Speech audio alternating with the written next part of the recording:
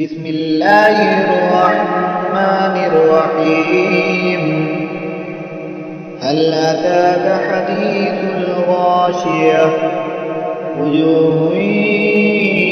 يومئذ خاشعة عاملة ناصبة تصلى نارا حامية تسقى من عين آنية ليس لهم طعام إلا من ضريع لا يسمن ولا يغني من جوع وجوه يومئذ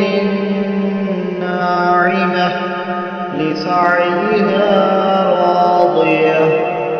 في جنة عالية لا تسمع فيها لاغية فيها عين جارية فيها سرر مرفوعة وأكواب موضوعة ونمارق مصفوفة وزرابي مبثوثة أفلا ينظرون إلى الإبل كيف خلقت وإلى السماء كيف رفعت وإلى الجبال كيف نصبت وإلى الأرض كيف سطحت فذكر إنما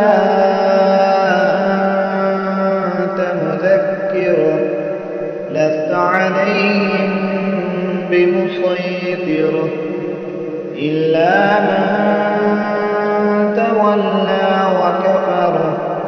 فيعذبه الله العذاب الأكبر إن إلينا إيابهم ثم إن علينا